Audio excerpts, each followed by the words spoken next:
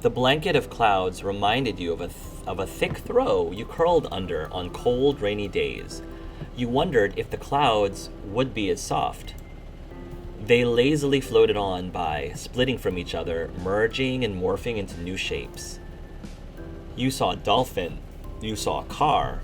You saw an alpaca. I don't even think I knew what an alpaca was when I was that age. You saw a smiley face. You saw cloud shapes. I would have seen a car. I like this. As a kid, I was into cars more than dolphins and alpacas and smiley faces. You saw a car. You saw a boxy car driving through the sky. You nudged Cove and pointed to it. Doesn't that look like a car? Cove joined you in gazing skywards. Not really. Hey. He chuckled at your reaction. Oh. All the sun's light faded from the sky and the moon rose higher. Lizzie got to her feet, dusting strands of grass from her bare legs, and surveyed her surroundings. The ocean, visible from the crest of the hill, beckoned with every sweep of the tide. Let's go to the beach! There was no argument from the other two. Shiloh was still Shiloh, and Cove would never say no to going to the shore. He was a child of the sea. You wanted to go there too. Were too tired to argue. Were happy to do what the others wanted. Objected to the plan. I'm happy to do whatever you guys want. That's fine. The beach wouldn't necessarily have been where you chose to go next, but if that was what the others wanted, then you weren't going to spoil the fun. You stepped onto the sand for the second time that day, but it felt different at night. The beach was nearly quiet at this hour. Abandoned sandcastles and footsteps in the sand, too big to belong to any of you, were the only indication of how busy it had been only hours earlier. The four of you kicked shoes off and removed socks and walked along the water's edge. The waves tickled your feet. I wonder what would happen if you tried to take a bath in the ocean with shampoo and everything. That would be bad for the fish. He's not wrong. Jeez. I didn't say anyone would do it. Jeez, you don't have to be serious about everything. She is right, Cove. You don't have to be serious about everything. You're the one who asked what would happen. That is what would happen. It hurt the fishes. I like bubble baths at home. They're a lot of fun. Look at cute Shiloh trying to contribute to the conversation. Me too. Bubble baths are luxurious. You've never heard Lizzie use that word before. Oh, get used to it when she gets older. Mommy loves to have bubbles in her bath. She'll turn the lights off and have candles. I'm gonna do that next time. Hey, when's your mom coming to pick you up anyway? Not for a while. She's busy. What about your dad? How come you never talk about him? Nobody does. Oh, are we gonna learn more about his dad? Don't you know you're not supposed to ask something like that? Why would somebody want to talk about something they never talk about? You kept your eyes on the ground, watching your toes get swallowed up by the waves. Even if Shiloh never seemed upset when this topic came up, it made you feel awkward just for having both of your moms.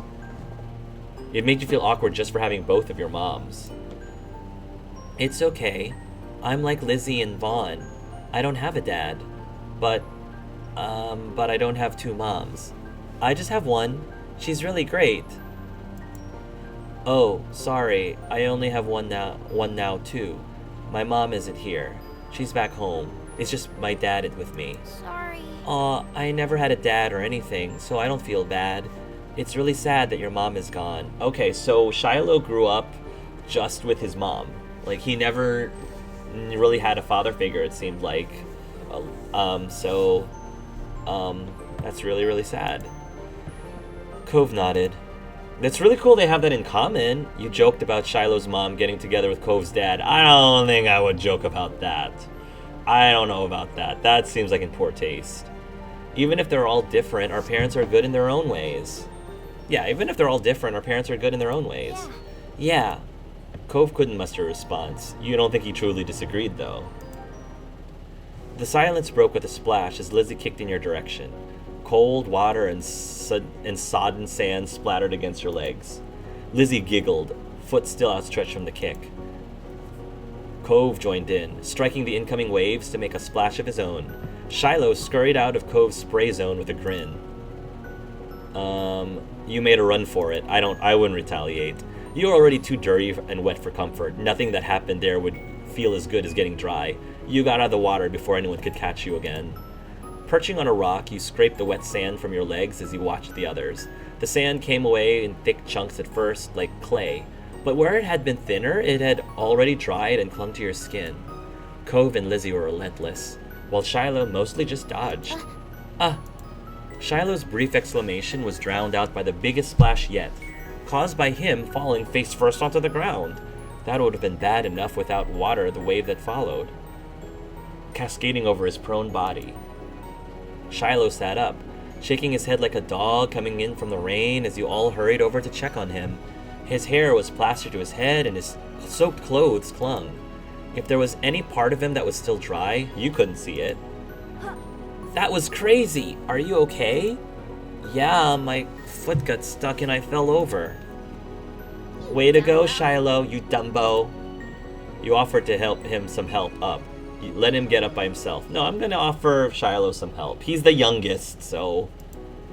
Shiloh didn't take your outstretched hand. After a moment, you dropped it. Oh, he still doesn't like me. Oh. Lizzie was too busy snickering to notice and held her hand out to Shiloh, too. He reached over and took it. Slowly, he started to pull himself from the ground. I guess we're not besties yet. After all the nice things we've done so far, that's really disappointing. Then he slipped on the slick sand, dragging him and Lizzie down just in time for another wave to hit. The water rolled over them. Sorry. Sorry. What were the odds of that happening twice in a row? You thought they must be low, but there's no way Shiloh would do something like that on purpose, then pretend it was an accident, especially not to Lizzie. Even if your relationship with Shiloh felt unclear, he did at least like her a lot. Lizzie was his favorite, right? This is a really interesting moment because I love how much time obviously we got one-on-one with Shiloh, because we normally don't get to have that, because I really do like Shiloh's character a lot, and I think it's really cool that there was a moment that's very where a lot of it was dedicated to your relationship with Shiloh, but they also add Cove and Lizzie in too at the end, which I really like.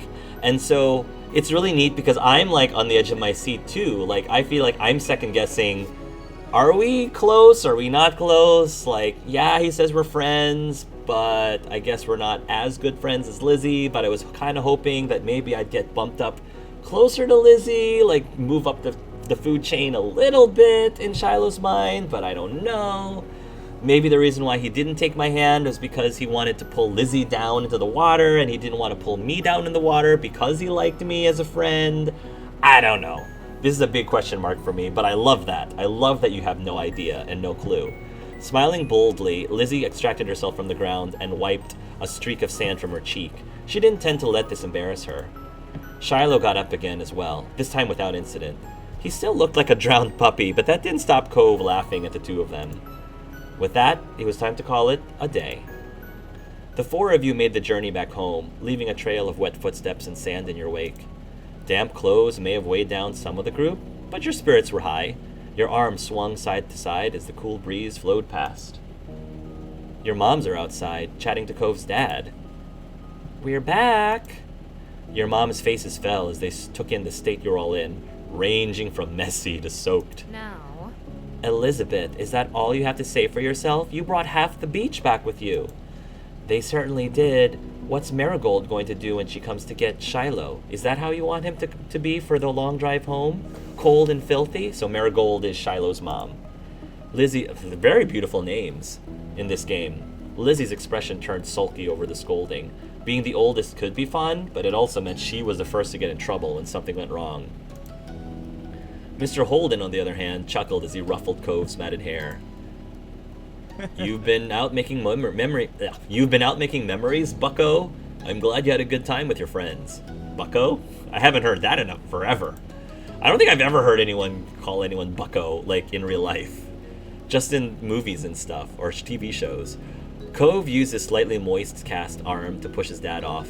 Mr. Holden's eyes widened when he noticed that had gotten wet. Now he was worried too. I think they could have found a less risky way to spend time and had just as much fun.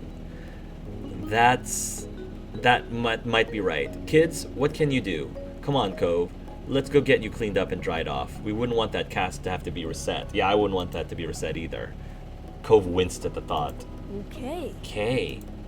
That a boy. Mr. Holden casually bent down and plucked Cove up off the ground, ultimately holding Cove against his chest. Sand was already transferring from Cove onto him, but that didn't seem to bother Mr. Holden. Cove protested being carried, but only got a reassuring pat on the back for his trouble. Take care. Good night, Cove. Thank you for the talk, Cliff.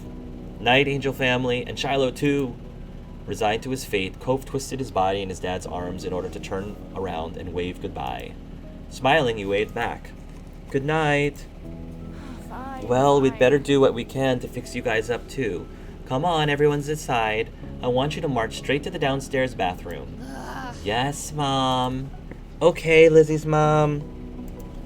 Don't worry about stopping to wipe your feet on the mat this time. That won't do much good tonight. Sitting on an old beach towel your mommy had found, you waited in the hall. Until you were less sandy, you weren't allowed to go to your room or walk around the house. But you did get to eat a sandwich for dinner there. It felt like an indoor picnic. It had been decided that Shiloh would wash first and borrow some of your clothes. He was already finished and packed away in his mom's car. Miss Fields had come to collect him a little while ago. It was a bit of a funny experience seeing him without that hat on for once. I kind of want to see what his hair looks like, but I don't think the game's going to show us. Lizzie, if it turns out that Shiloh's a ginger, I wasn't sure if I was paying attention. Could you see some of his hair? I don't remember. But if he turns out to be a ginger, I'd be like, sorry, Cove. Sorry. No. We're going to see how things play out. But I mean, we'll see. As we get older, we'll see. When we're teenagers, we'll see. Lizzie, being much more soaked than you, got to go in the tub next. It wasn't a bubble bath as she had hoped. This was a no fun allowed cleanup session. At least that's what she claimed. Not much longer and it would be your turn. When the bath was done, you'd have to go right to bed. After a day like this, though, you were glad that there weren't going to be any further events. Drifting off to sleep sounded like a great idea. I really like that one, just purely from all the Shiloh moments because I really like, obviously, I keep saying that, I like his character a lot. I'm really, that was also one of my other favorites. Runaway I'm very unsure of, because as a kid, I never wanted to run away from home, the thought had never even dawned on me. In fact, the thought of running away from home terrifies me, 100%. So that would be like one of the last things I would have done. But hopefully it's not about that. We'll see. It was early and you were on your way to the playground. Lizzie planned on joining you there later. You weren't sure what she was busy with right now. Older kid stuff, you imagined. That was okay. What was forefront in your mind was if Cove might be free to come too. As you walked the familiar street, wondering how you might find your neighbor, he appeared right in front of you. Well, what a coinky-dink. Almost as if he was a mind reader. Almost as if this was a moment, and which meant that we had to run into Cove at some point during this moment. Hi, Cove. Can you come to the playground with me? No, sorry. Cove looked strangely serious. It had to be an even bigger deal than whatever mystery thing Lizzie had to do. I'm leaving, Vaughn. Cove is running away. What? Where? He shifted, and your gaze was drawn to the backpack slung over his shoulders. Cove liked to stuff things into his pockets, from what you've seen, but people sometimes carried bags with them. It hadn't been very attention-worthy until now. The pack was decorated with cartoon waves and dolphins. He gripped one of the straps tightly with his good hand. I just wanted you to know. Cove didn't glance up and meet your eyes. You started to grow worried. I don't get it. But where are you going? Oh, can I go too? I'll come with you. But where are you going, boy? He didn't answer. It was as if you hadn't said anything. I'll come back though, sometime. I don't know when, but we can do stuff then. He directed a fragile smile your way. Without another word, Cove turned on his heel and started to walk away. Bye. See you when you're done. Wait. Couldn't say anything else to him. Okay, wait. Hold your horses. I don't think he's going to listen to me, but I'm going to say it. He kept going. His focus wasn't on you anymore. What was that about? You watched as his back grew smaller and smaller. Then you realized that you were still standing in the middle of the sidewalk. You thought about your earlier plan of playing at the park. Suddenly it didn't seem as fun anymore. Not without Cove. You can still hang out with Shiloh. Well, no, Shiloh's not around here. He needs to be driven here. Never mind. But it wasn't like you could force him to play with you. He had things to do. You went to play at the park. You stayed there. I mean, I'm gonna still do what I wanted to do anyway, so I would still go play at the park. It was still sad Cove wouldn't be there, but you wanted to stick with the plans you had on your own. Maybe Cove and his dad were going on a vacation. That had to be it, you reasoned. After all, Cove said he was gonna be back. He wasn't moving again. You resolved to spend time with Cove when you saw him next time for sure. After a couple hours at the playground by yourself, it had gotten firmly into the afternoon. You were on the swing set with your feet buried in the sand when you spotted Lizzie in the distance. She was rushing over like something was on her tail, chasing her. You knew she would be coming, but was she that excited to get to the park? Instead of nabbing the swing beside yours, Lizzie stepped in front of you. She bent over, balanced her hands on her knees, and panted. "Did you hear?" "Hear what?" Lizzie bounced back up, her eyes blown wide. You only saw her this worked up when she found the new hiding place of Mom's sugar stash. Is it really a sugar stash? I'm just saying. Might not be a sugar stash, but I feel like the game did that on purpose. I feel like, oh, it's a sugar stash. Right, game. It's about Cove. Cove? Something in the pit of your stomach dropped at hearing his name. You listened intently as Lizzie explained. "I just came out when I saw lots of people gathered around in the middle of the street. They were talking kind of quietly, so I don't think I was supposed to hear, but that just means it was important. So I snuck up, and I heard everything." She paused dramatically. Clearly she wanted you to say something. I don't really care. "What did you hear?" Seeing that she had your attention, Lizzie continued. "Cove is missing." Oh, he ran away. He left a piece of paper for Mr. Holden to tell him he was going away and would be gone for a long time, and no one's seen him since. I tried to stop that boy. Now they're searching the whole neighborhood. The grown-ups are even saying that if they don't find Cove soon, they'll call the police. The police? This was horrible. You had seen Cove, you knew he was going someplace, but you had no idea it was like that. Was Cove going to be arrested for running away? You thought you might have to go to jail too for not saying anything and letting him go. You glanced back at Lizzie. I mean, those are actually like things that would make sense for an 8-year-old to think. So that's pretty realistic, I think. You glanced back at Lizzie. Should you tell her that you'd known about Cove leaving, or would it be better to keep that to yourself? I mean, if we want to find him, the more like clues, the more information people have, the better. You told Lizzie about seeing Cove. No, I'm gonna tell her. There's no reason for me to keep it a secret. Unless I really think that I'm gonna be sent to jail. But you know what? Being sent to jail is worth it if it means getting Cove back. Actually, Lizzie, I saw Cove. He told me he was gonna go before I went to the park. What? Really?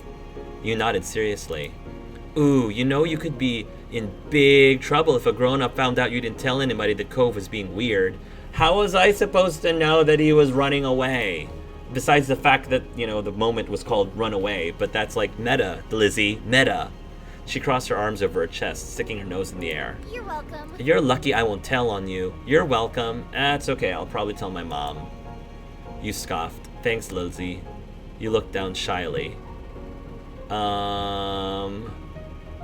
looked down shyly. Well, thanks, but I don't have any issue if you told anyone. I'm not gonna pick this. You scoffed. I'm like, okay, well, thanks. There's no I'm gonna tell someone anyway thing, so I guess I'm just gonna say thanks, Lizzie. You were happy that Lizzie had your back. She always did when it came to potential trouble. She just grinned at her own interpretation of her favor. I like that, her own interpretation of a favor. You watched as your sister began to pace in front of you. I know Mom said Cove was sad about moving here, but running away from home is crazy. Jeez. Where else is he gonna go anyway? I don't know. I want to find him. I hope someone finds him soon. Yeah, I'd go to tons of places. You didn't answer. I want to find him. Lizzie scrunched her face up, thinking deeply for a moment. Then she nodded and planted her hands on her hips, determined. I'm gonna look too. You are? Mm-hmm. We can play at the park any day, and the more people there are looking, the quicker someone will find him. Maybe I'll be the one who does. I'm the best at hide and seek after all. It seemed like Lizzie wanted to look only because she was concerned about Cove.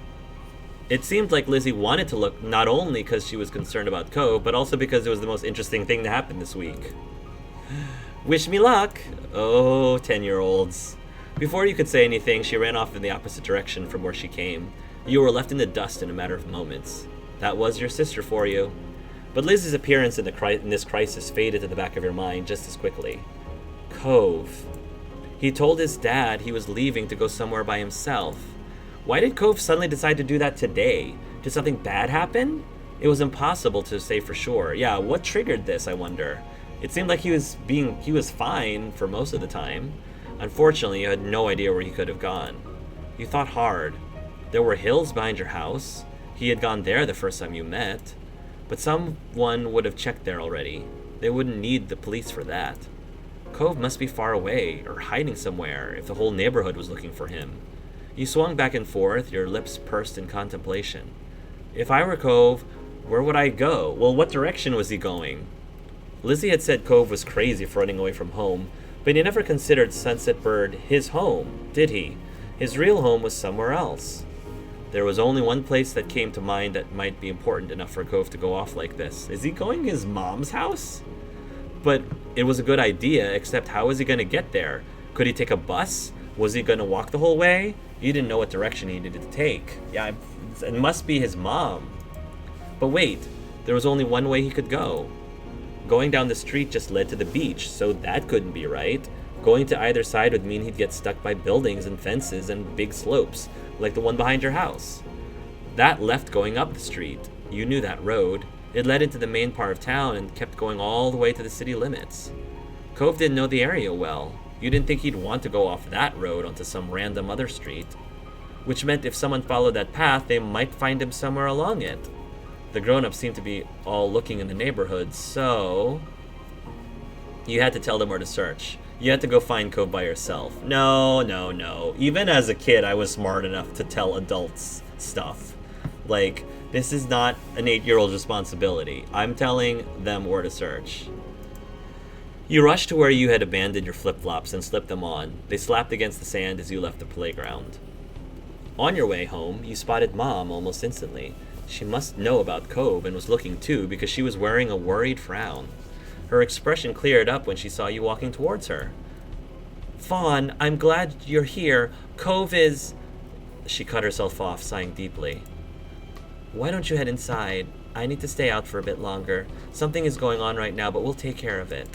Mom tried to usher you into the house, but you didn't budge from where you stood. Mom, I know where Cove went. What? That... How did you even find out he's missing already? She shook her head before you could answer. You know what? That's not important right now. Where is it, Vaughn? You told her your hunch. She listened intently. The main street. That's not good. I'll drive down there to make sure he doesn't get far. Mom muttered that more to herself than you, but you heard her all the same. Can I come with you? Is Cove gonna be okay? I'll stay at home. No, can I come with you? Mom turned back to you and shook her head. I'm really sorry. I'm sure you're worried about Cove, and that's good, but I need you to wait at home with Mommy. If I find him, I'll bring him straight here, okay? I'm disappointed. I was the one who told you where to search in the first place, and I can't even go. But because I'm an Asian kid, I'm gonna say yes, Mom. You were disappointed, but you nodded. She stroked your cheek, smiling softly. Mom guided you to the house with a hand on your shoulder. You both went in. Mommy appeared quickly. She must have been waiting nearby. There was a phone in her hand. It worried you, thinking about who she might have been talking to. Mom briefly explained what happened before she grabbed the car keys. Mommy saw her out. Soon after, you were herded into the kitchen. You sat at the table while Mommy microwaved leftovers, which you gobbled up. You hadn't even realized how hungry you were. The two of you settled into the living room after that. Mommy put a cartoon on the TV for you to watch while you waited. I feel like technically this would be the longest day. This should have been the long day because I didn't feel like the other day was really that long of a day. But if your friend is missing, That should be the longest day if your friend is missing. You don't know if you're not sure if you're ever going to find him. The two of you settled into the living room after that. Mommy put a cartoon on the TV for you to watch while you waited. You snuggled up against her side as you watched the show, warm and safe. Your mind was still on Cove. Would Mom find him out there in town, or was he actually somewhere else? You didn't have to wait long to find out. Halfway through the episode, you heard the front door unlock. Then it swung open with a shout. We're here! I've got him, Lonnie! Oh, Lonnie, yes. Come on in, Cove. You stood up from the couch and ran over. Your heart was beating so loud in your chest that you could hear it in your ears. Mom was putting the car keys away. Cove stood nearby with his head bowed. You squinted to get a better look at him. Cove looked exhausted. His eyes were rimmered, nearly matching his glasses, and there were dried tear tracks stuck on his cheeks. Dude, I would be like, man, what were you thinking? What were you thinking, man? Don't do that again. Oh, thank goodness you found him. Yes, he was way down Main Street, just like Vaughn said. This is why I know him so well. Cove shuffled his feet at that, but he remained silent. You could tell that he felt out of place. You weren't the only one who noticed his discomfort. Okay. You must be tired, Cove. You can sit down wherever you like. Mommy smiled warmly and motioned him to the living room. Cove looked up at her, then lumbered over. You walked close behind him, frowning. Cove was always pretty quiet, but this was a different kind of quiet. The living room wasn't far, or separated by a wall, so you heard your moms talking softly. He wanted to go see his mother. Poor thing. Yeah. I understand. But you're 8 years old. This is not how you do it. This is not how an 8-year-old should be doing it. What? That explains it, at least. Still, I'm not sure it excuses it. No, it does not. Not in the slightest. He's lucky, man. He's very, very lucky. It was so dangerous to go off into town like that. He's having a hard time right now. You can't expect a child to handle it maturely. No, but I mean, it's still dangerous.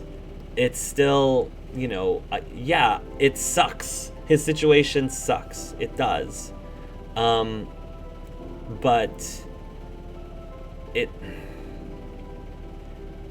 lots of kids have parents, unfortunately, that are divorced, or parents that might have died and things like that. And you just kind of hope.